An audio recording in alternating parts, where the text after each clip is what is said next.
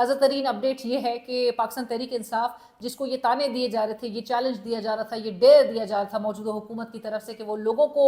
इकट्ठे करने, लोगों को मोबिलाइज करने में नाकाम होगी, और लोगों ने रिस्पॉन्ड करना पाकिस्तान तहरीक इंसाफ को छोड़ दिया। लोग उनकी इस 24 नवंबर की फाइनल कॉल को कोई हीड नहीं देंगे, कोई उस पर फोकस नहीं करेंगे और इसको नाकाम लोग बनाएंगे बाय नॉट पार्टिसिपेटिंग। वही हुकूमत अब इस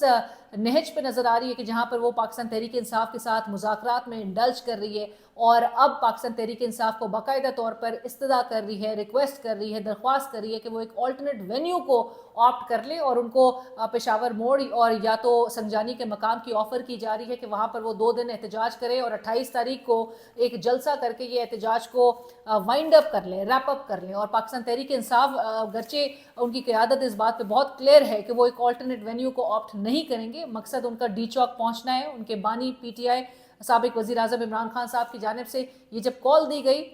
हुकूमत इसको अंडर एस्टिमेट कर रही थी। हुकूमत ने हर तरह से कोशिश की कि वो फोर्स से लोगों को खौफजदा करने में कामयाब हो, लेकिन वो बुरी तरह से नाकाम नज़र आ रहे हैं। मौजूदा हुकूमत के तमाम तर जो इकदामात हैं वो बेसूद साबित हुए। वो इस वक्त एक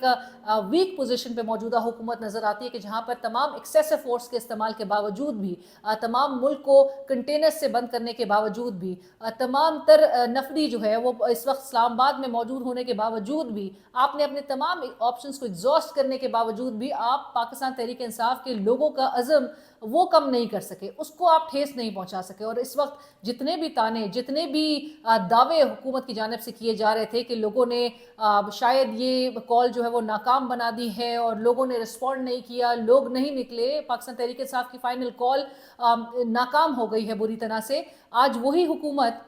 नजर आ रहा है आपको कि पाकिस्तान तहरीक इंसाफ के साथ मुज़ाकरात कर रही है और अपने घुटनों पे इस वक्त आ चुकी है। और पाकिस्तान तहरीक इंसाफ के जहां पर मुतालबात हैं, जिसमें सरे फेरिस बानी पीटीआई के बजाय रिलीज जो है वो एक इनका एक प्राइमरी ऑब्जेक्टिव, इस पूरे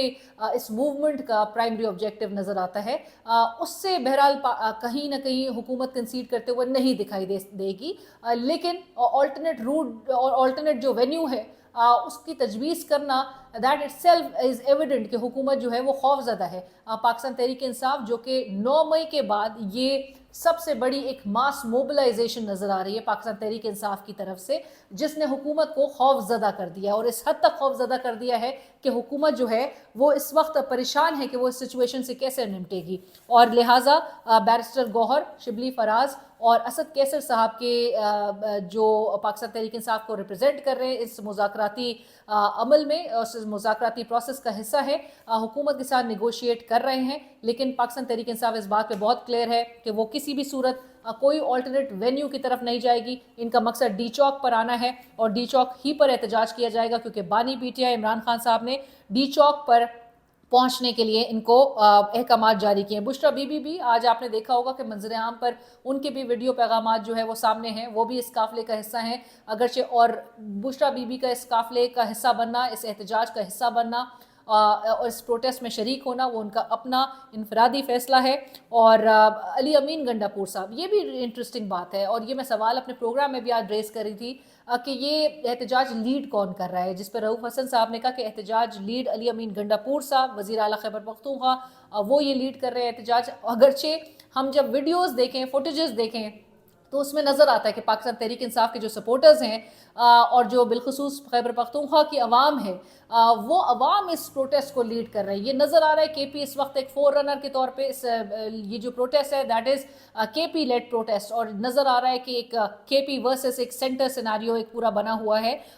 इसमें बाकायदा तौर पे अवाम ने किसी भी तरह की कोई रियायत नहीं देने का किसी को भी सोचा हुआ है, इंक्लूडिंग अली अमीन गंडापुर साहब, जो कि कुछ फुटेजेस में नज़र आ सकता है आपको, रात गए भी वो काफ़ी मिन्नतें और काफ़ी दरख्वास्तें लोगों से कर रहे थे कि उनको नमाज के लिए एक वक्फा, और वो वॉशरूम जाने के लिए, वो रेस्ट रूम जाने के लिए एक इल्तिजा कर रहे थे लोगों से, और लोग किसी भी सूरत तैयार नहीं थे कि अली अमीन गंडापुर साहब उनकी नज़रों से एक लम्हे के लिए भी ओझल हों, क्योंकि एक पास एपिसोड थी जो कि लोगों ने देख चुके थे लोग। और जिस तरह से अली अमीन गंडापुर साहब गुज़िश्ता 4 अक्टूबर की जो कॉल थी उसके बाद एक पूरा सिनारियो सामने आया, अली अमीन गंडापुर साहब जो है वो डी चौक के मकाम पे कब पहुँचे, वहाँ से कब निकले, केपी हाउस कब पहुँचे, वहाँ से फिर 12 अजला, और फिर उन्होंने जो कहानी एक बताई थी وہ بھی لوگوں کے لیے بڑا مشکل تھا اس کو بلیو کرنا. سو لہٰذا لوگوں نے اس بار کوئی رعایت علی امین گنڈا پور صاحب کو دینے کے لیے تیار نہیں ہے. لیکن دوسری طرف ایک موجودہ حکومت ہے جو کہ اس پاکستان تحریک انصاف کے دھرنے کو ہی کرٹیسائز کرتے ہوئے یہ بھی نقطہ اٹھا رہی ہے کہ اس وقت خیبر پختونخوا صوبہ اس کا سیکیورٹی چیلنج کا سامنا ہے. سیکیورٹی چیلنج کا سامنا اس وقت پورے ملک بھر میں ہمیں نظر آ رہا ہے. ایک سیکیورٹی چیلنج ایک بہت بڑا ہے, اس میں کوئی شک نہیں ہے. اور علی امین گنڈا پور صاحب جو کہ خیبر پختونخوا صوبے کے چیف ایگزیکٹو ہیں, ان کی ایک پرائمری رسپانسبلٹی تو بطور صوبے کے سربراہ بنتی ہے لا اینڈ آرڈر سچویشن کو مینٹین کرنا, لیکن ساتھ ہی یہ وفاق کی بھی اتنی ہی ذمہ داری ہے. یہ وزیر اعظم پاکستان جو کہ کہتے ہیں, آج کہہ رہے تھے کہ جب بھی ملک ترقی کے منازل طے کر رہا ہوتا ہے تو جو لوگ ہیں, جو انتشاری ٹولہ وہ سمجھتے ہیں, جو وہ کہتے ہیں کہ شر پسند ہیں, وہ بقول وزیر اعظم پاکستان کے کہ وہ جلاؤ گھراؤ کرنا شروع کر دیتے ہیں. سو آج ملک احمد خان صاحب ایک ٹی وی پروگرام میں آپ سے کچھ دیر پہلے کہہ رہے تھے کہ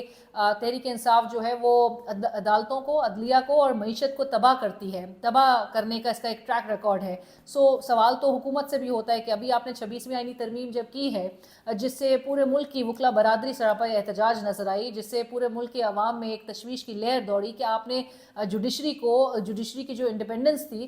اس کو آپ نے اس حد تک انڈرمائن اور کمپرومائز کر دیا. آپ نے اکانومی کی صورتحال, اس وقت آپ بار بار نمبرز کے حوالے سے بہت زیادہ یہ راگ الاپ رہے ہیں کہ اکنامک سٹیبلٹی آ گئی ہے, لیکن آپ کے جو گروتھ کے نمبرز ہیں, جو جی ڈی پی گروتھ ہے, وہ اس حد تک لو ہے کہ آپ عوام کو کچھ اس حد تک ڈیلیور نہیں کر پا رہے ہیں. سو لہٰذا آپ صرف ایک نمبر کے لحاظ سے یا ایک سٹاک ایکسچینج کے ایک نمبرز کوٹ کر کے ہمیں یہ بتائیں کہ جی 1 لاکھ کی اگر نفسیاتی حد سٹاک ایکسچینج عبور کرنے جا رہی ہے تو اس سے ایک عام آدمی کا کیا لینا دینا ہے. سو بہرحال یہ بات کہنی کہ ترقی کے منازل جب بھی ملک طے کر رہا ہوتا ہے, ہمیں وہ جاننا ہے کہ اگر ترقی کے منازل صحیح معنوں میں اگر ملک طے کر رہا ہے تو اس کے ثمرات بھی ملک تک پہنچنے اور ملک کی عوام کو پہنچنے چاہیے. اس وقت حالات یہ ہے کہ آپ کی دنیا بھر کی ہیڈ لائنز آپ کسی کو بھی اٹھا کے دیکھ لیجئے, کوئی بھی جریدہ جو آپ بین الاقوامی ہے وہ آپ اٹھا کے دیکھ لیجئے, آپ گارڈین سے لے کے BBC سے لے کے تمام جو آپ کے پڑوسی ملک بھارت کی جو تمام نیوز ایجنسیز کی جو وہ ہے ہیڈ لائنز ہیں, وہ سب کرٹیسائز کر رہی ہیں, وہ سب آپ کا بتا رہی ہیں کہ آپ کے ملک اس وقت کیا تصویر کی عکاس پیش کر رہا ہے, آپ کیا تصویر کھینچ رہا ہے. اس وقت آپ کے ملک میں ہزاروں افراد جو ہے وہ گرفتار ہو رہے ہیں جو عمران خان کے سپورٹرز ہیں. اس وقت عمران خان صاحب کی جانب سے کال کی گئی یہ ریلی جو ہے اس میں شرکت سے روکنے کے لیے آپ نے ہزاروں افراد کو, ہزاروں اس کے سپورٹرز کو اریسٹ کر لیا. یہ پوری بین الاقوامی جریدوں کی جو ہیڈ لائنز ہیں وہ اس وقت ڈومینیٹ کرتی ہوئی پوری دنیا بھر میں نظر آ رہی ہیں. اور آپ کس امیج کی اور کس ترقی کے منازل کی بات کریں کہ جس ملک میں آپ نے سرمایہ کاری لے کر آنی ہے, اس ملک کا نقشہ جو ہے کچھ اس طرح سے کھینچا جا رہا ہے کہ آپ کے ملک میں ایک لاک ڈاؤن سی کیفیت ہے, ایمرجنسی کی کیفیت ہے. کنٹینرز آپ نے 8000 سے زائد کنٹینرز آپ نے پورے ملک میں لا کے پہنچا دیے ہیں. ایک یہ آپ کو اتنے تو کنٹینرز آپ نے اسلام آباد میں ہی صرف رکھ دیے کہ بولا جا رہا ہے باقاعدہ طور پہ, مذاق میں بھی لوگ کہہ رہے ہیں کہ یہ ایک سمندر کے بجائے, سمندر کے بغیر, سی کے بغیر یہ ایک پورٹ کی شکل آپ نے ایک وفاقی دارالحکومت کو بنا دیا ہے. سو لہٰذا کیوس جو ہے وہ پاکستان میں اس وقت نظر آ رہا ہے, ٹوٹل کیوس ہے, ٹوٹل شٹ ڈاؤن ہے. کل بھی تعلیمی ادارے بند رہیں گے اور یہ حکومت کتنے دن تک یہ ایسی سچویشن کو افورڈ کر سکتی ہے یہ اس نے خود ہی طے کرنا ہے. سو لہٰذا پاکستان تحریک انصاف ایک طرف جہاں پہ ماس موبلائزیشن سے حکومت کو خائف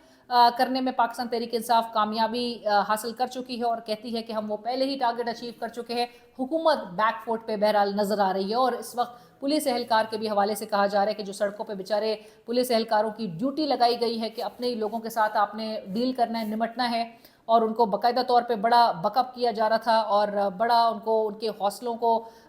جگایا جا رہا تھا کہ آپ نے اپنے لوگوں کو اٹھا کے پریزن وینز میں ڈالنا ہے. ان کے بھی حوصلے کہیں نہ کہیں کم ہوتے ہوئے دکھائی دے رہے ہیں. ظاہر ہے فٹیگ فیکٹر جو ہے وہ جہاں پر پروٹیسٹرز کے حوالے سے بھی کہا جاتا ہے کہ جی fatigue factor will be there, لیکن ساتھ ساتھ جو پولیس کی نفری اس وقت سڑکوں پر تعینات ہے, ڈپلائڈ ہے, ان کے بھی حوالے سے کہا جا رہا ہے کہ وہ بھی تھکاوٹ کا نیچرلی شکار ہوں گے. افسوسناک واقعہ جو کہ اٹک کے مقام پر پیش آیا ہے اور جو بتایا جا رہا ہے مبشر نامی جو پولیس اہلکار ہیں وہ شہید ہوئے, which was very unfortunate. اور اس کے حوالے سے وزیر داخلہ محسن نقوی صاحب نے بھی کہا ہے کہ ان کی FIR